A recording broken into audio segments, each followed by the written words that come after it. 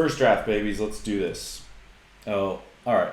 I should probably say there are another 5 videos that talk about why you want to be that person and why storytelling helps you stand out, and then tips on structuring your essays. Okay?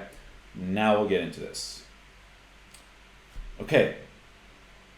First of all, write a bunch of shit and then condense it. I had this one workshop instructor said that if you want to write a good 200-page novel, you write 1,000 pages. I had another one that said 90% of what we write is crap.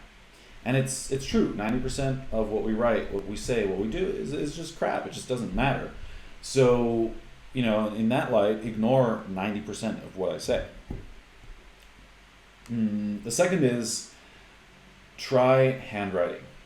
And the reason I say that is a lot of us, whether it's because you're a little older or because of that's how your command worked, you carried your Write in the Ring notebook and sergeant told you do whatever, you wrote it down, and then you're walking to the armory and you're like, oh shit, there's this other thing I totally forgot to do, and you write it down. So when you're coming up with brand new raw material that you've never thought about or written about before, try handwriting it out. It might express itself more smoothly, which sounds like cringy creative stuff, but it's like legit psychologically true. Okay, according to me.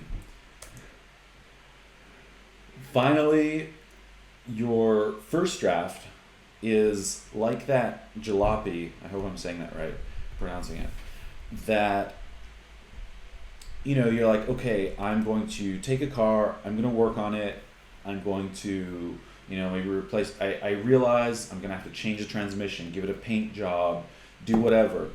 But when you go to the junkyard, all you care about is having a car that you can drive away in. That's all your first draft is. It's a minimum viable product. It's your basic working copy. So just go for like not even good enough. Just go for like works. Just go for has beginning and an end and says some things. That's all your first draft has to be. And to illustrate that, I'm going to go over a sample short essay called I named it You Can Learn Anything. The important thing here is reflect on an idea or experience that makes you excited about to learn. And this is what I wrote in the first version. I'm doing it a little differently from other videos. In this one I'm highlighting kind of what gets used later, and I grayed out what just doesn't even show up. And just so you can see like the difference between the first and final draft. Let's see. Yeah, so it's really just all I'm taking from this is being exposed to Cosmos and liking Neil deGrasse Tyson explaining shit to me.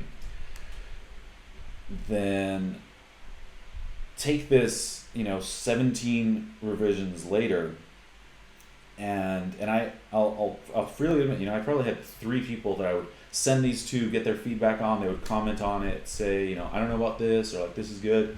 And it's after, 17 might be an exaggeration, but it was after a lot of revisions like that. And we'll talk about how revisions work. But I'm assuming you kind of paused and looked at the other text or looked at it on the website so you can see the difference. But then this is the final product. So it jumps right in and says, look, I didn't learn evolution until I was 25. So you have a much stronger statement than the one before. And it builds off of this idea that this chaining point was Neil deGrasse Tyson's Cosmos, and has all this new material that also came from free writes and writing out and then condensing, where this, looking back at this now, I didn't have any idea of like the what, so, what, now model, but I'm looking back at this as I'm making this video, and I see that it pretty neatly falls into that. And again, after a lot of revisions, but you see, this is the statement. These are the kind of facts. I grew up in Greece, blah, blah, blah. I like Neil deGrasse Tyson's Cosmos. What happened after that? Well, it made me want to learn more.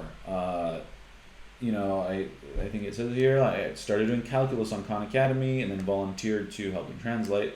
That's the so what. What happened? Well, now what? Moving forward, instead of being frustrated, I am thrilled and excited with to push the boundaries of my knowledge, and I'll always do math and biology and whatever academic endeavor, right? So that's the now what, moving forward. And again, this is to answer the question of like, reflect on this idea or experience that makes you excited to learn. So I hope that helps. Again, all we did in this video is say, just get to your first draft.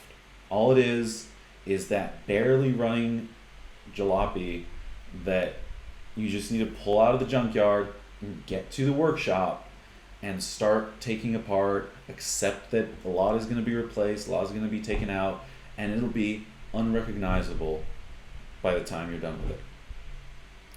See you next video.